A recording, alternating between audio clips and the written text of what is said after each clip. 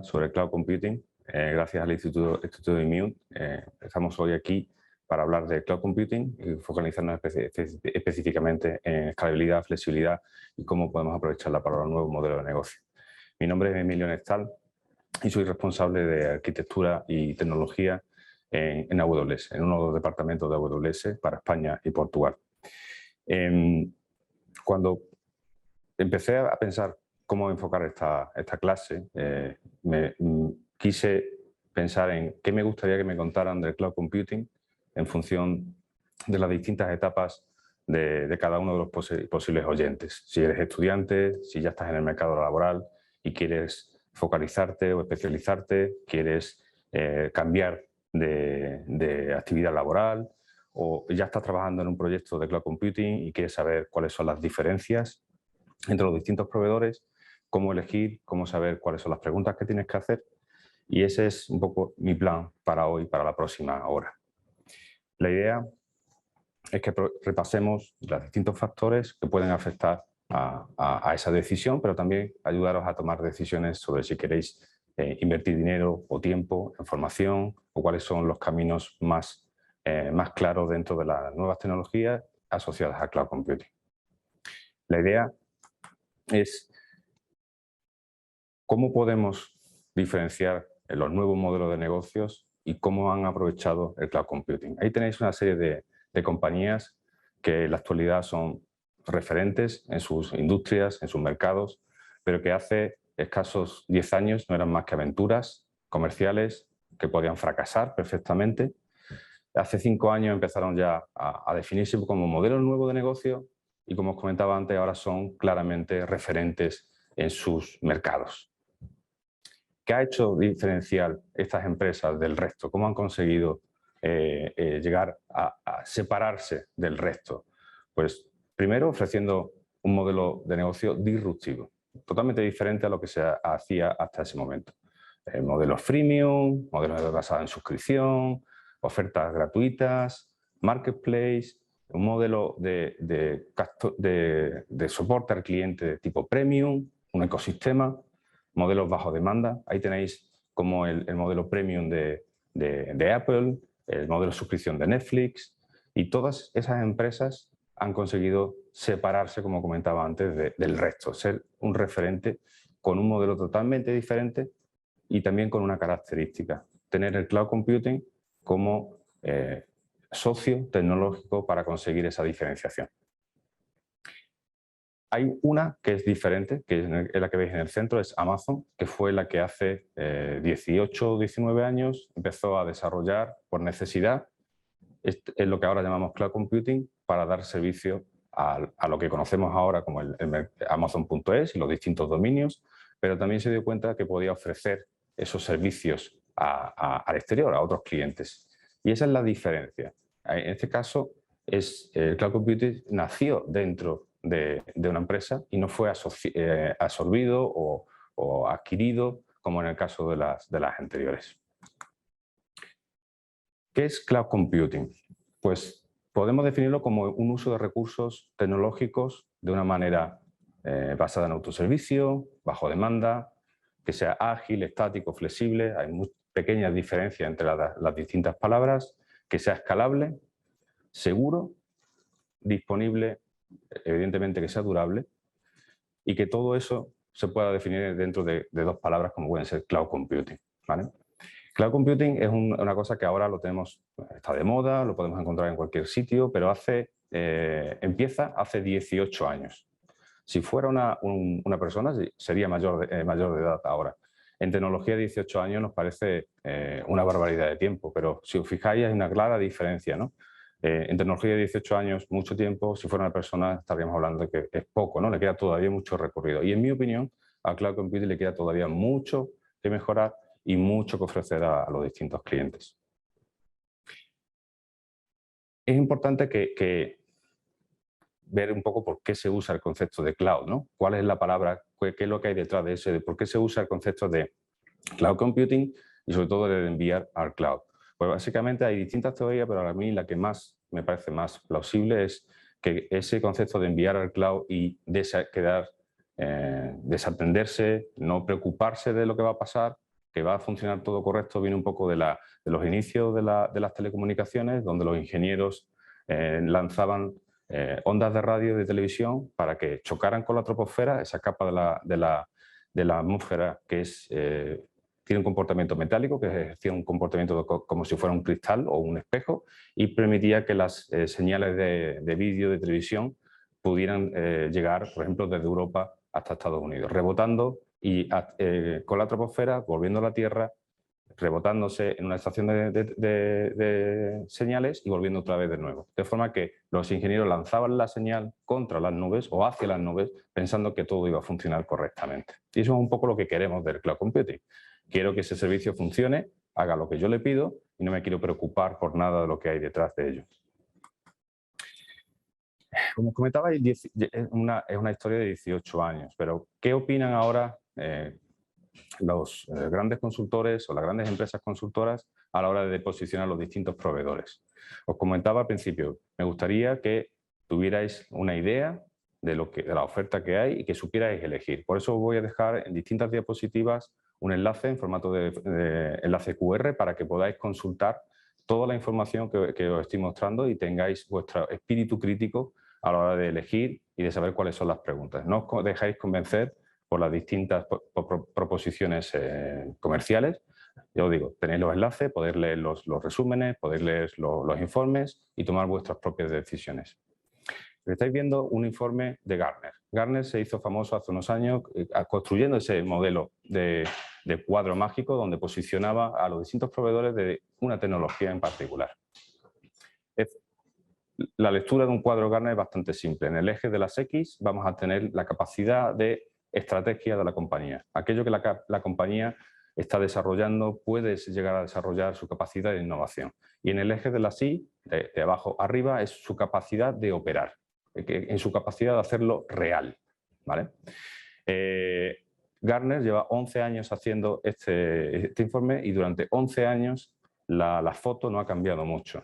Amazon Web Services ha estado siempre en el cuadrante líder, muy destacado respecto a los segundos, que es Microsoft Azure, y después una lucha que ha ido cambiando a lo largo de los años para saber quién es el tercero, cuarto y sucesivos. Idealmente, siempre hay que contrastar la información. Y aquí os traigo otro cuadrante de otra consultora muy conocida, en este caso IDC, que también posiciona de una manera similar a Gartner cuáles son los distintos proveedores, pero en este caso tiene en cuenta el market share o el mercado que tiene cada uno de los proveedores. Como veis, la foto no cambia mucho. Aquí se ve más claro cuál es el mercado de cada uno y ya se ven las posiciones que pueden tener ciertas empresas con bastante solera, con bastante tiempo en el mercado, como pueden ser IBM, Oracle, la posición que tienen. Y quería también mostraros esta otra foto. Esta otra foto muestra un cuadrante de Forrester que es una tercera y posiblemente cumple la tripleta de los distintos consultores en tecnología. Muchas veces os dirán, no, estos proveedores, hemos nombrado antes Amazon, hemos nombrado antes Microsoft, no son potentes en contenedores, porque contenedores está asociado, por ejemplo, a Google. Aquí veis un informe de Forrester centrado específicamente en el mercado de contenedores y vais a ver que la respuesta de estos consultores, ya lo digo, con bastante renombre dentro del mercado, es totalmente diferente. Aquí vemos que las dos posiciones principales siguen ocupadas por Microsoft y Amazon. Más todavía, ¿qué pasa con Machine Learning? Me diréis, no, este Machine Learning es un terreno propietario de Google Cloud. Pues aquí tenéis un informe donde dice todo lo contrario. Aquí podéis ver que en la posición predominante de izquierda a derecha, cuanto más a la derecha mejor, cuanto más arriba mejor. Esta es la foto que está marcando este otro informe de otra consultora especializada en temas de Machine Learning. Para daros un dato, casi el 90% de los proyectos de Deep Learning corren en AWS, uno de esos fabricantes. Casi el 85% de las cargas de TensorFlow, que es un proyecto claramente asociado a Google, se ejecutan en AWS. Y volviendo un poco al principio de mi conversación. Preguntad, ser críticos, preguntad el por qué, no dejéis influenciar por los mercados, por los mensajes de mercado, por los mensajes comerciales y siempre recurrir No importa en qué estado estéis de la madurez de vuestra empresa, si sois profesionales independientes, si sois estudiantes, si vais a invertir tiempo y dinero, ser críticos y preguntar y haceros un portfolio de recursos. Evidentemente no es fácil ni barato comprar un informe de Gartner, pero siempre hay recursos gratuitos en la red que podéis usar. Como comentaba, el Gartner viene haciendo este informe hace 11 años. La idea que me gustaría es gastar un par de minutos revisando cuál ha sido la evolución en los últimos 5 o 6 años del cloud computing. Ahí veis 2016, 2017, 2018. Podéis ver que en 2016, escaso hace 5 años y medio, casi 6, los players que estaban eran totalmente distintos a lo que hemos visto en la del 2025. Hay empresas muy conocidas, con bastante renombre, muy conocidas como la vieja escuela, sobre todo en 2016. En 2017, si veis, hay un gran cambio. Todas bajan en su capacidad de operación. Eso se conoce como el gran fracaso de todos los intentos de tener un servicio en la nube o cloud computing, donde no es lo mismo vender licencias, no es lo mismo vender un producto que la gente se descarga, instala en su data center, a poder ejecutar.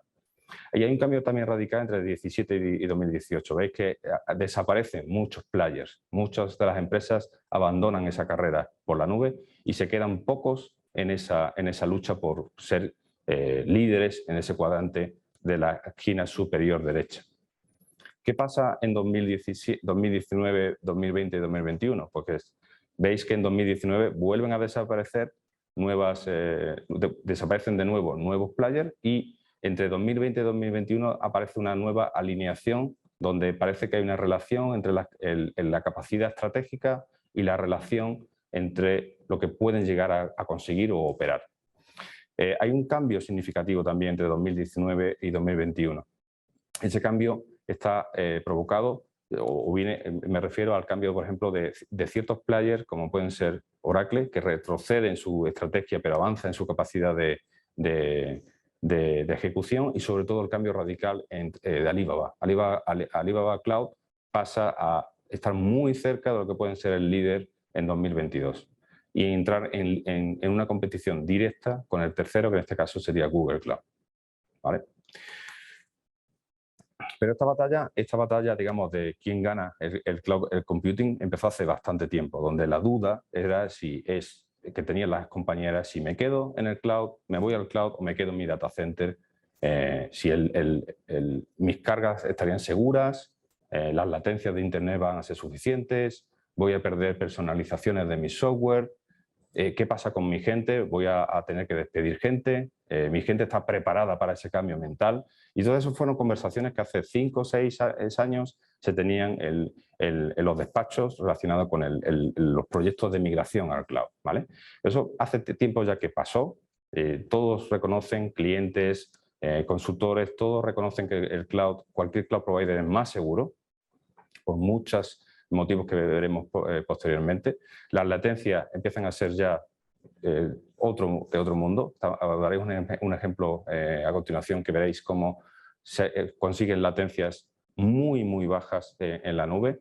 Las personalizaciones, ahí entra mucho el factor humano. Realmente muchas de las organizaciones, muchos de los productos no necesitan tantas particularizaciones y muchas veces son problemas más relacionados con el cambio de mentalidad de la gente y con el no querer perder poder, ¿vale?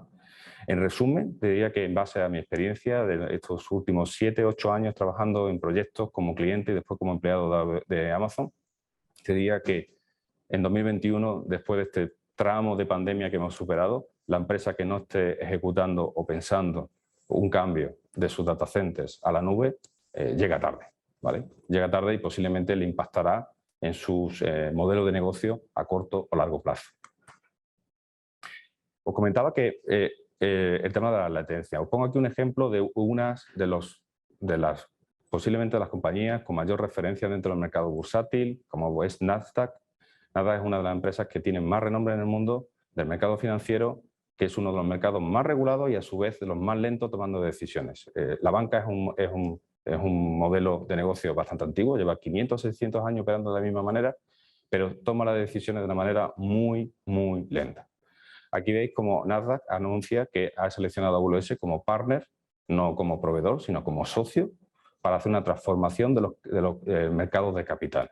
Ahí hay claramente un mensaje, ¿no? Ya no es un socio, ya no es un proveedor tecnológico, ya estoy seleccionando un partner, quiero codiseñar y realizar de manera conjunta cuál va a ser el nuevo mercado bursátil a largo plazo. Y además hace un anuncio de un tema interesante. Va a ser el primero de los clientes de Amazon que va a tener una zona local. Ya explicaré después lo que es una zona, pero básicamente va a tener un trozo de la nube gestionado por un proveedor, pero propietaria y en exclusividad para ella, que es un modelo bastante curioso. Os comentaba el tema de la latencia. ¿Por qué Nasdaq necesita esa local zone o esa cercanía a la nube, ¿no? Pues básicamente porque Nasdaq necesita latencias de 20 milisegundos. ¿Cuántos son 20 milisegundos? Pues para haceros una idea, un parpadeo de una persona son 300 milisegundos. 20 milisegundos es el tiempo que ellos estiman que una transacción bursátil tiene que concluirse. Sería 15 veces menor que el tiempo de un parpadeo de un ser humano, ¿vale? Para que tengáis una idea. Y eso es posible gracias a los cloud computing y en este caso concretamente a esa disponibilidad de una zona local cerca de los mercados, ¿no? Que están muy concentrados en la bolsa de Nueva York. ¿Qué más podemos contar sobre el modelo de decisión y los distintos movimientos que ha habido en la historia del cloud computing? El siguiente movimiento fue, vale, ya sé que la nube es mejor, es más ágil, más escalable, más flexible, pero ¿me monto yo mi propia cloud o uso una de un cloud propietario? Esa discusión se tuvo hace unos años también, en el caso de aquellos clientes que decidieron montar una cloud privada en sus data centers, pues les impactó económicamente, tuvieron que invertir mucho tiempo, mucho dinero, esperar que sus productos terminaran y sobre todo hubo también un factor humano. Nadie pensaba que un proyecto de Big Data que no funcionó en esa compañía iba a tener básicamente el mismo modelo de producción que el modelo del cloud. Si has fracasado ejecutando un proyecto de Big Data, ¿por qué ibas a triunfar haciendo un proyecto de cloud privada, ¿no?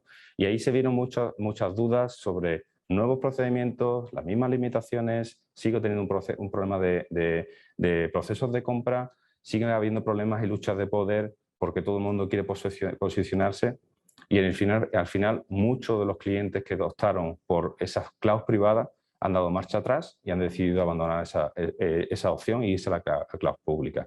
Hay una frase de Andy Jassy, que es el antiguo CEO de Amazon, de AWS, que decía o dice que no hay algoritmo de compresión para la experiencia. Es decir, no podemos acortar el terreno del aprendizaje. Hay que pasar por ahí y conseguir esa experiencia que no vamos a poder conseguir en un año donde otras empresas han tardado 10 y nosotros directamente nos podemos aprovechar. ¿De acuerdo? Comentaba que iba a poner ejemplos. Aquí tienes un ejemplo de Meta, o más conocido como Facebook. Facebook era uno de los pocos clientes en el mundo, una de las pequeñas empresas donde su cloud privada funciona. Durante años ha sido así. Han estado funcionando en sus propios data centers con su propia cloud. Pero ahí veis un anuncio de hace poco tiempo donde Facebook o Meta, el grupo Meta, elige AWS como partner tecnológico a largo plazo, estratégico y clave. Y además se compromete al desarrollo de uno de sus principales productos, que es PyTorch, para mejorarlo para aquellos clientes que ejecuten ese framework de trabajo en AWS. Y esto es porque básicamente han llegado a un nivel donde ya claramente no tiene sentido seguir trabajando y focalizándose en un negocio que no es el suyo, ¿no? Y cederlo o delegarlo, como hemos comentado, lanzarlo a la nube pública, como en este caso, y asociarse con AWS. ¿Qué más? ¿Cuál fue la siguiente conversación? La siguiente conversación ha sido si hacemos multicloud o elegimos un solo proveedor. Y esa es una de las conversaciones que está más caliente todavía. Si elegir un único proveedor de cloud nos va a meter en un lock-in o nos va a generar, o si elegimos un proceso multicloud, donde elegimos 2, 3 cloud providers, nos va a meter en una complejidad operacional. Nunca voy a poder alcanzar volúmenes de descuentos porque estoy repartiendo las cargas. Me va también a posicionar donde, ¿qué hago? Invierto en productos portables, aprovecho las cualidades nativas de cada cloud y hago que mi software sea más eficiente. Evidentemente tengo un problema en la gestión de talento. Si tengo que pedirle a la gente que aprenda de un cloud donde estamos hablando de 200, 230 servicios con cientos de funcionalidades, imagínate si le tengo que pedir a mi equipo que aprenda de varios clouds a la misma vez. Al final eso no escala, no funciona y se tiende a usar el mínimo común. ¿Cuál es el mínimo común en todos los clouds? Y al final terminas pagando más por los servicios y aprovechando menos porque buscas esa tabla rasa de servicios mínimos. Y volvemos a hacer referencia al factor humano. Siempre que hay ese tipo de situaciones de multicloud es porque hay un miedo al fracaso, al miedo a fallar y se prefiere continuar con procesos continuistas repartiendo en distintos proveedores las distintas cargas de la compañía. Y es curioso como empresas que llevan trabajando con un proveedor, con dos proveedores que tienen contratos a 20 años o a 40 años, critican el lock-in que puede provocar la elección de un cloud provider, cuando todos los cloud providers, y lo veremos a posteriori, tienen marketplace que permiten usar y seguir usando aquel software que he estado usando durante años. Hablemos de conceptos asociados a la charla ya. El tema de elasticidad. La elasticidad se puede entender como la habilidad de crecer y de crecer el número y el tipo de recursos tecnológicos bajo demanda y siempre alineado con el negocio. ¿Vale? Importante la última frase, alineados con el negocio. ¿De acuerdo? No vale de nada que yo pueda crecer 2 días después o 3 días después. Estamos hablando de quiero crecer en ese momento. Y os pongo un claro ejemplo, por ejemplo, de este juego que es Fortnite, que tuvo su momento de esplendor hace unos años, creció muchísimo, creció de 0 a 200 millones de usuarios, muchos de ellos concurrentes, y con picos de demanda entre una hora y la siguiente por 10. Fortnite ahora no es uno de los mejores juegos, de los mayores juegos que más se juegan en el mercado. ¿Qué pasaría si ese modelo de negocio se hubiera montado sobre el data center tradicional, sobre el on-prem? Posiblemente no hubieran llegado a 200 millones de usuarios y posiblemente ahora tendrían un problema de inversión porque el juego ya no está dando esos beneficios económicos y tendrían una gran inversión. ¿Vale? Entonces es un factor fundamental. Pero veamos otro ejemplo de algo más predecible. El típico Prime Day de Amazon. Ahí os pongo algunas estadísticas de los últimos datos del último Prime Day. Ahí veis que durante ese Prime Day, que es básicamente unas 34 o 36 horas, la infraestructura que había preparado Amazon para ese Prime Day recibió casi 90 millones de llamadas a base de datos, casi 50 millones de llamadas al sistema de mensajería, se leyeron o se escribieron más de 600 petabytes de información y se recibieron más de 600.000 millones de peticiones HTTP. Para que os hagáis una idea. Y eso es durante solo 36 horas. ¿No? Ahí tenéis dos claros ejemplos de cómo la electricidad o cómo deberéis entenderla. ¿Cómo se puede conseguir esta electricidad? Lo vamos a ver en las próximas diapositivas. Pero antes quería dejaros aquí un enlace a uno de los vídeos de uno de las personas posiblemente más reconocidas dentro del mercado del cloud. Y es el Werner Vogel, que es el CTO de Amazon, y ahí en esa charla cuenta muchas de las distintas cosas que podemos hacer para conseguir esa escalabilidad.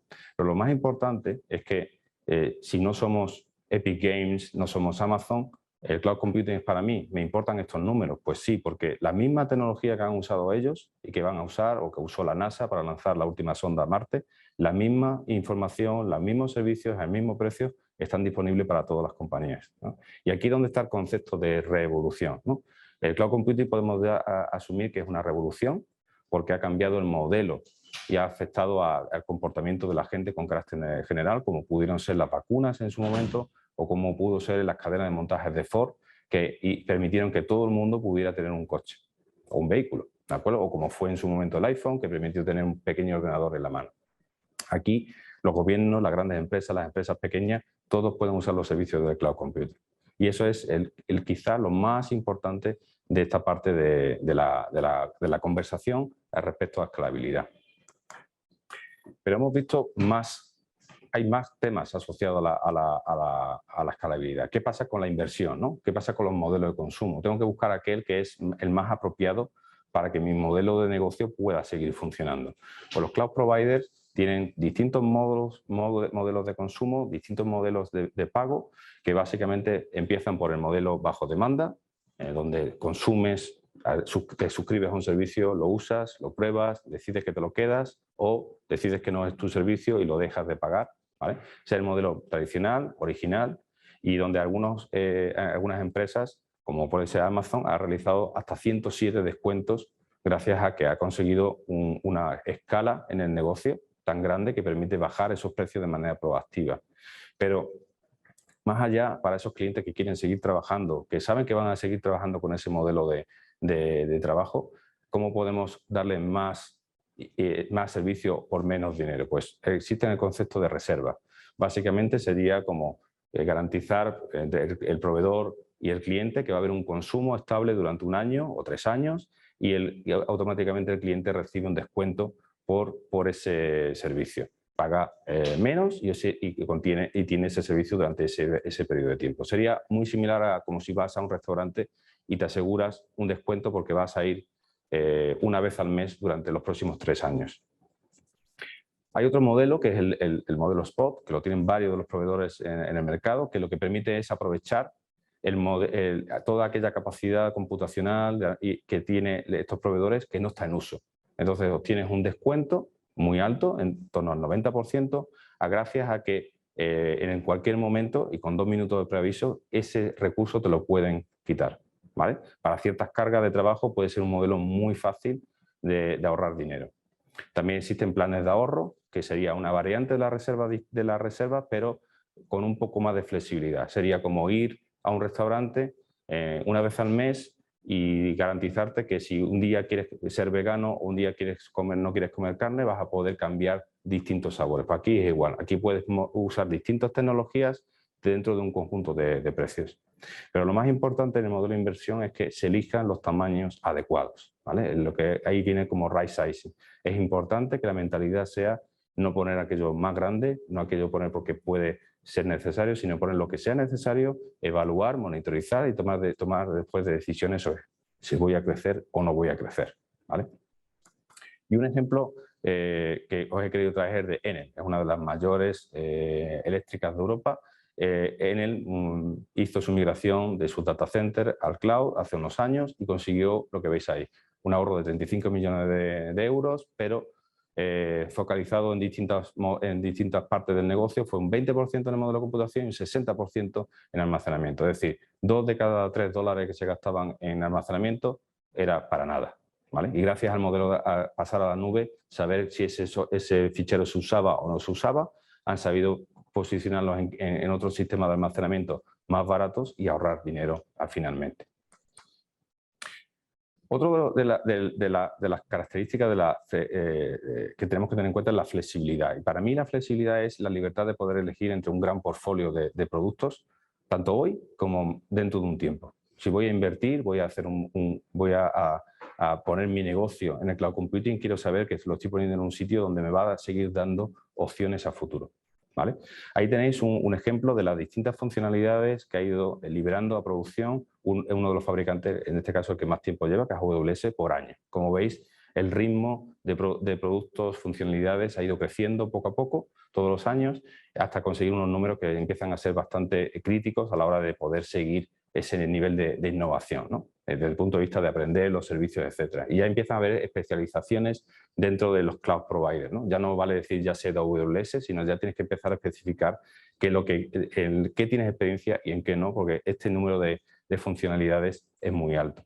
¿Qué pasa con el resto de los proveedores, ¿no? ¿Qué hacen los demás? Ahora he dicho, quiero daros una idea de cómo elegir, cómo comparar, qué preguntas hacer.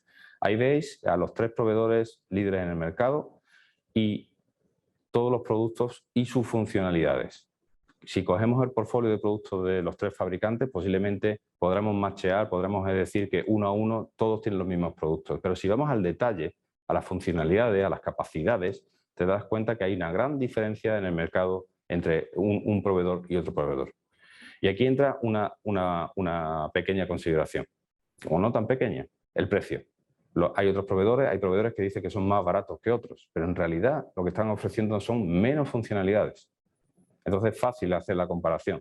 cuando os pregunten, cuando digan este producto es más barato, tienes que coger este, preguntar y ser críticos para no quedaros con aquello que os ofrezcan. Preguntar qué es lo que os ofrecen, qué no ofrecen, cuál es el roadmap de productos que van a tener, en qué van a innovar, ¿vale? Y sobre todo, asumir que toda esta variante, cantidad de productos, es muy importante no tener esa idea de un tamaño para todo, ¿vale? Y que podéis siempre elegir cuál es la mejor herramienta para el trabajo que queréis hacer. Eso es fundamental. Ya no estáis abocados a elegir una base de datos, a elegir un proveedor. Ahora podéis elegir múltiples cosas y poder cambiar sobre la marcha en el caso de que cambiéis. Aquí me voy a parar un poco más. ¿Cuál sería el siguiente paso al cloud computing, ¿no? Ahí os pongo un poco el viaje de izquierda a derecha en 5 de las características más que he pensado que son más fundamentales, pues compute, database, storage, la parte de mensajería y la parte de analítica. Ahí veis un poco cuál ha sido el modelo desde on-prem, desde los data centers, cómo en las primeras versiones del cloud y cómo ahora en la derecha tenemos algo que aparece como serverless o como no servicio, como no gestiono servidores. Y eso es muy importante porque fue parte del concepto de cloud. Uno de los servicios más antiguos que veis son el DS3 de Amazon y el DSNS de Amazon. Aparecieron hace 14, 15 años y eran servicios que pagaban por uso. Es decir, no te cobro por tener el servicio, te cobro si usas el servicio. Y ha habido un poco el abandono de ese modelo, pero ahora parece que se ha recuperado y aparecen nuevos servicios que hasta ahora eran muy difíciles de entender desde el punto de vista de serverless, te cobro por petición, no te cobro por hardware, no te cobro por una máquina virtual, sino solo te voy a cobrar si usas el servicio. Y aparecen servicios como de data warehousing, de machine learning, que nos permiten vincular y construir un modelo de negocio totalmente lineal. Si tengo éxito en mi negocio, tendré más peticiones, entonces pagaré más y tendré un beneficio. Pero si mi negocio no triunfa, no tendré peticiones, entonces no tengo que pagar y no tengo que realizar esa inversión, ¿no? Y por eso, para mí, el modelo de serverless, ese modelo donde voy a pagar solo por las peticiones, para mí es el modelo que va a definir cuál va a ser la versión 2.0 del cloud computing. Aquellos servicios que se alineen con ese pago por uso real y alineado al negocio, serán los que triunfen. Y serán los proveedores que tengan esa aproximación más clara, aquellos serán los que evolucionarán más en los próximos años. Otro de los factores que tenemos que tener en cuenta a la hora de elegir un cloud provider es el tema de la seguridad. Lo hemos comentado un poco al principio, fue uno de los caballos de batalla al principio de los principios, cuando hablábamos de la seguridad, la nube no es segura, ya eso es una batalla que está ganada. La seguridad es uno de los factores más importantes en el cloud computing porque es posiblemente el hecho de que estén funcionando en Internet público hace que la gente necesite esa confianza. Y el mercado de seguridad dentro del cloud computing ya no es una cosa pequeña, se ha extendido. Ahí veis las distintas opciones de gestión de identidad, de encriptación, compliance. Todo es un submundo de la seguridad dentro de los proveedores de cloud. No todos los proveedores lo entienden de la misma manera, hay algunos que lo tienen por defecto, es decir, cualquier funcionalidad nueva automáticamente ya gestiona la seguridad, es capaz de encriptar los datos por defecto. Esa aproximación es la que está triunfando más y es la que tenéis que buscar siempre. Y para mí, la seguridad dentro del cloud es posiblemente uno de los mercados laborales que más va a evolucionar dentro de los próximos años porque hay una gran demanda y sobre todo una gran variedad de submundos, aspectos de la seguridad que pueden cubrirse y que cada vez más va a ser más demandado. Respecto a la regulación y las conformidades, otra de las típicas batallas. Estoy en un mercado regulado, necesito cumplir ciertas regulaciones, ciertas certificaciones. ¿Me ayuda el cloud computing? Pues sí, casi todos los proveedores te van a ofrecer un mayor o menor grado de cumplimiento con distintas regulaciones y conformidades. Eso es otro de los factores que tenéis que tener en cuenta cuando digan que un servicio es barato o más barato que. Preguntar por las certificaciones, preguntar por la seguridad, preguntar si se ha certificado, si se está pendiente de certificar, porque estamos en un mundo donde la regulación y la conformidad va a ir aumentando y va a ser la forma en la que los clientes y los consumidores van a confiar en los servicios conforme a las regulaciones. Y asumir que estamos todos en un mercado regulado. Aunque sea por GDPR, y la gestión de usuarios, todos los mercados que tengan almacenes de datos donde guarden datos personales están regulados, ¿vale? Y ahí el Cloud Computing os va a ayudar a acelerar, a llegar a ese mercado antes, porque ya esas certificaciones o esa capa de la certificación del producto de infraestructura ya está realizada por los cloud providers y el cliente no tiene que gastar tiempo en esa parte. Y hay otros factores. Bueno, ¿qué pasa si yo ya confío en un producto o tengo un partner que me trabaja conmigo? Pues la gran mayoría de los proveedores de Cloud Computing ofrecen servicios de Marketplace donde podéis seguir usando, comprando y usando vuestros sistemas de seguridad preferidos. Ahí tienen un ejemplo, tanto de software como de servicio de terceros, para que veáis que es algo común y ya no es en ningún momento un problema, un limitante, ¿no? Si queréis vuestro software específico de Barracuda, de Palo Alto, podéis seguir usándolo dentro de la nube. Otro de los factores que tiene que tener un modelo de negocio a día de hoy es sin duda el tema de la globalidad. Un mercado que no apunte a ser global posiblemente se quede pequeño y algún competidor en otra parte del mundo se comerá tu mercado. Ahí ves un poco la expansión que ha tenido el fabricante que tiene más regiones o que tiene una mayor expansión en el mundo, que es Amazon Web Services, y veis la cantidad de recursos que tiene desplegados por todo el mundo. Para que os hagáis una idea, en 4 de los 5 continentes hay regiones, hardware que está ejecutando servicios en la nube para los clientes que quieran disponer de ello. ¿Qué consigue esto? Pues básicamente que puedas atender mejor a tus clientes independientemente de la ubicación en el mundo donde estén, con mejores latencias, tener sistemas de disaster recovery, poder gestionar los datos con replicaciones, etcétera, etcétera. ¿Vale? Fijaros que en España hay uno de esos puntos. AWS anunció hace un año y pico, anunció que iba a tener una nueva región que estará disponible a mediados del año que viene, y esa región, para que os hagáis una idea, supone una inversión de 1.800 millones en 10 años y dará trabajo a 1.300 personas. ¿Vale? Para que os hagáis una idea, si cada uno de esos puntos son 1.800 millones, la inversión a largo plazo que está realizando algunos cloud providers con el mercado de ciertos países. Independientemente de esas regiones, no son solo puntos aislados, ¿no? Hay una red completa de datos que une todos esos centros de datos, todas esas regiones, toda esa zona de disponibilidad que ahora comentaremos. Y ahí veis un ejemplo de todas esas líneas submarinas que conectan a las distintas regiones y que son parte de la infraestructura de los proveedores. Esa en concreto es la de AWS, que es la más extensa, como he comentado. Y para que os tengáis una idea, una de esas líneas que une la costa oeste del Pacífico americano con Asia es una línea posiblemente una de las más largas que se han construido y también una de las más rápidas. Para que os hagáis una idea, va a tener una latencia bajísima porque la luz que circula a través de esa fibra va a circular a la mitad de la velocidad de la luz, de la máxima velocidad de la luz, para que os hagáis una idea. Y va a conseguir que sea la fibra no solo tanto en ancho de banda, sino como en latencia más potente del mundo. ¿Y eso en qué nos puede ayudar, aparte de tener distintas regiones conectadas? Pues hay un anuncio que ha hecho Amazon hace recientemente que va a permitir que cualquier empresa pueda conectarse en un punto y salir por otro y poder ahorrarse las MPLS. Van a tener un tráfico totalmente dirigido, no basado en tag, que va a tener una optimización del código mucho más adecuada para que se llegue antes a la otra parte del mundo. Hemos hablado de regiones, hemos hablado de centros de datos. Otro de los factores importantes para que diferenciéis entre lo que estáis comprando y lo que os están ofreciendo.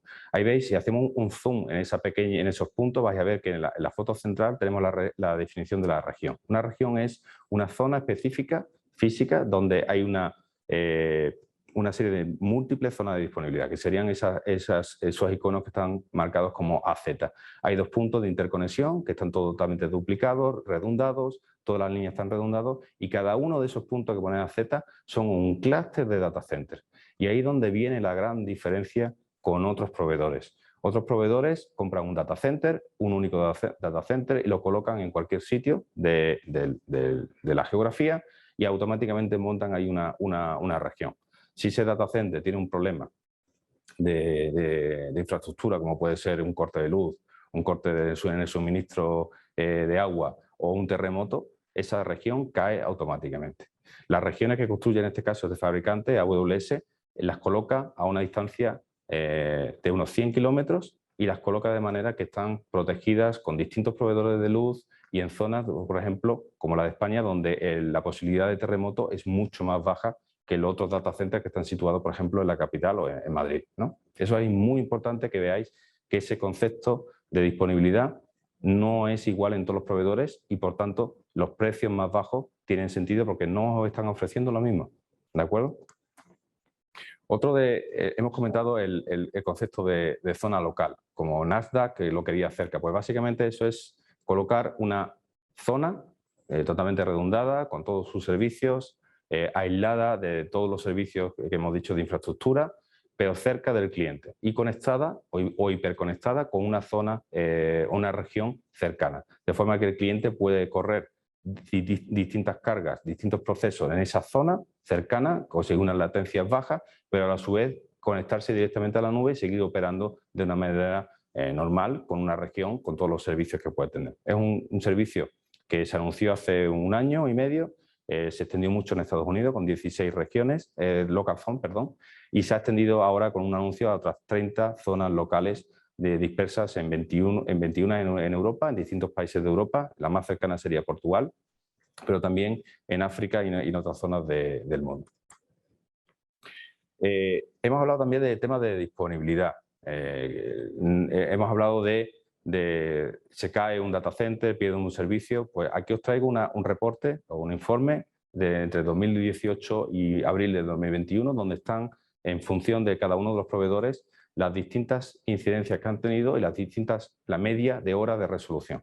Si veis, la diferencia entre el primero y el tercero es muy grande en ambos casos, pero recordad el mercado que tiene cada una. Es decir, no es lo mismo tener 2.900 incidentes cuando tienes el 30% del mercado y tienes 25 regiones, que tener muchísimos más, como tienen otros proveedores, con un mercado mucho más reducido, ¿no? Eso es muy importante. Tenéis que tener en cuenta que no solo son los errores, las incidencias, los outages que pueden producirse, sino también a la escala a la que se están produciendo. Y por eso Gartner coloca a los proveedores en su capacidad de operación. No es lo mismo operar millones de clientes al día que operar cientos de miles.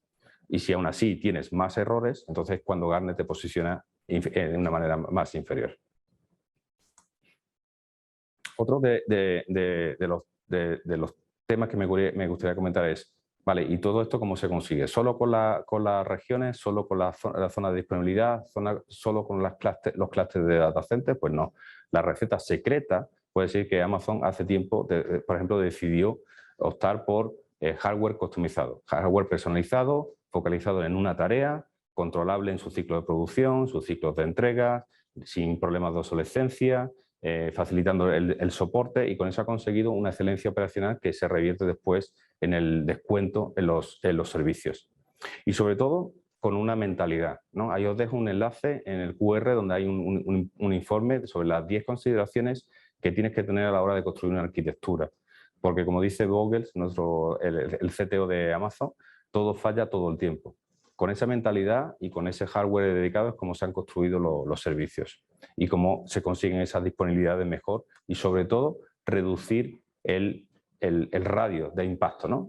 Ese link os va a llevar a un vídeo de un evento del año pasado donde el CTO de Amazon os va a contar cómo está construida la red de cloud computing por dentro, y os vais a ver cómo es una arquitectura simplemente sorprendente o sorprendentemente simple, ¿no? En el sentido de cómo hace que sea mucho más fácil controlar el radio de impacto y de los problemas de una vez que se producen, ¿no?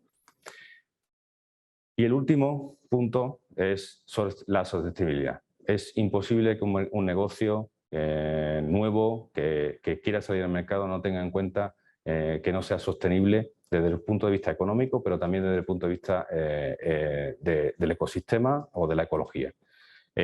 Todos los cloud providers, con ese volumen que están teniendo, el impacto que tienen en el consumo de electricidad, en las emisiones de CO2, es una situación que ya se dio cuenta algunos proveedores Y recordad que hay un acuerdo, el Acuerdo de París, que intenta reducir las emisiones de CO2 para el año 2050. Hay algunos proveedores que han recortado ese plazo y quieren ir a 2040 reduciendo ese consumo de CO2 que se realiza a la atmósfera, pero también conseguir un 100% de energías renovables para alimentar a todos esos clústeres de data center que alimentan las distintas zonas de disponibilidad, que alimentan las regiones. Concretamente, en España, Amazon, uno de ellos, ya tiene disponibles 2 proyectos que son capaces de generar energía por el equivalente de 520 megavatios, que para que os hagáis una idea es lo que consume una ciudad como Sevilla en un año, alrededor de unas 800.000 personas, y el objetivo es poder llegar al 100% para 2025. Ahí tenéis un enlace con toda la información que os he comentado y tenerlo en cuenta dentro de esa fórmula, ¿no? Tiene que ser sostenible tanto en tiempo, económicamente, pero también amigable con el medio ambiente. Y intentando definir y hacer un resumen de todo lo que hemos contado hoy, la fórmula perfecta sería gestionar esa escalabilidad, ser capaces de crecer arriba y abajo, ser flexibles a la hora de poder elegir de distintos servicios que se puedan adaptar, asegurarme que voy a tener servicios nuevos en los próximos años y elevarlo con los conceptos de seguridad, de disponibilidad, de globalidad y de sostenibilidad con el medio ambiente que os he comentado, ¿no? Este sería un poco el resumen de la presentación de hoy y quiero que os quedéis con esto. A la hora de elegir un cloud provider, a la hora de elegir dónde queréis invertir vuestro dinero para hacer un máster, para sacar una certificación, elegir bien el cloud provider y sobre todo, si vais a montar un negocio, tener en cuenta estos factores que os he comentado. La escalabilidad, flexibilidad en un concepto de multiplicación, pero incluir también que el negocio crecerá y será más potente si añade el concepto de seguridad, disponibilidad, globalidad y sostenibilidad dentro de la fórmula. ¿De acuerdo? Y con esto creo que podemos dar por cerrada mi sesión y abierto a cualquier pregunta que podáis tener a partir de ahora.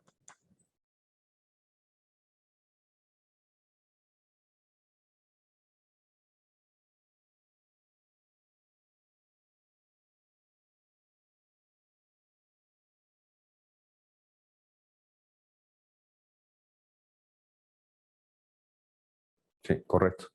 Uno de las, como hemos comentado, en ese despliegue de 25 regiones que hay a día de hoy, por ejemplo, usando el concepto de AWS, que es el que tiene más regiones, más extensa en el mundo, tiene 25 regiones ya en funcionamiento, 8 en anuncio y tiene esas 30 local zone que os he comentado. Concretamente en Latinoamérica se van a construir, creo que si no recuerdo mal, 3 de esas local zone y seguro que en el futuro, como se suele decir, en algún momento del futuro el número de regiones va a ir aumentando, ¿vale? El tema del compliance, de los países, las regulaciones, con el tiempo, mi opinión, creo que se va a ir relajando y los países van a estar más abiertos con ciertas regulaciones, con ciertas certificaciones a mover los datos fuera, pero estoy seguro que va a haber un punto de encuentro entre los cloud providers trayendo más regiones, a Latinoamérica, por supuesto, con esas local zone en algunos países, pero también un acercamiento por parte de los clientes, en este caso los gobiernos, relajando un poco las medidas porque confían y ya está claro que no hay un gran problema porque un tribunal de Estados Unidos no va a requerir que se abra una base de datos de un cliente que no sea residente de Estados Unidos, etcétera, etcétera, ¿vale?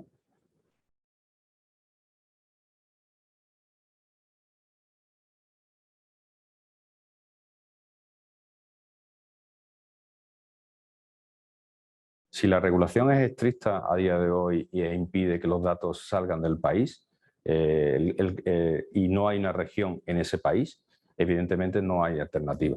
No se puede incumplir la legislación, no se puede incurrir en un delito en ese sentido, con lo cual tendríamos que buscar alternativas de separar los datos entre los datos que tienen que residir porque son legalmente residentes en el país y los que no, ejecutar algún modelo híbrido donde esos datos que tienen que estar en el país se queden en el país y el resto de la computación, el resto de los datos que no están sujetos a esa regulación puedan computarse fuera de esa región o de ese país en alguna de las regiones cercanas. Entonces, hay una situación que yo considero que es parte de la evolución que nos queda todavía dentro del cloud computing, para conseguir una mejor solución para todos los clientes, específicamente para aquellos que regulan de una manera tan fuerte el tráfico de datos.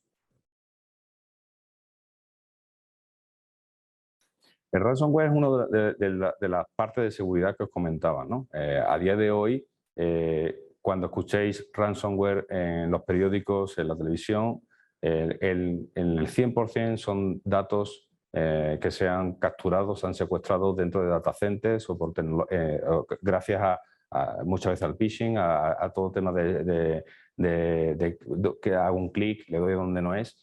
Pero en la nube casi todos los proveedores tienen soluciones anti-ransomware, tienen sus propios mecanismos de detección, tienen mecanismos anti-encriptación. Es difícil que esa situación se dé. Yo ya te digo, en los últimos 8 o 9 años no conozco ningún caso de ransomware que haya afectado a ningún cloud provider de manera generalizada, ¿no? A lo mejor es un caso concreto de una máquina virtual, pero eso no estamos hablando de algo generalizado como se escucha en los periódicos de empresas o gobiernos que han tenido impactos realmente graves. Pues creo que no hay más preguntas. De nuevo, darle las gracias al Instituto Immune por la oportunidad de estar aquí hoy con vosotros y muchísimas gracias por vuestra participación.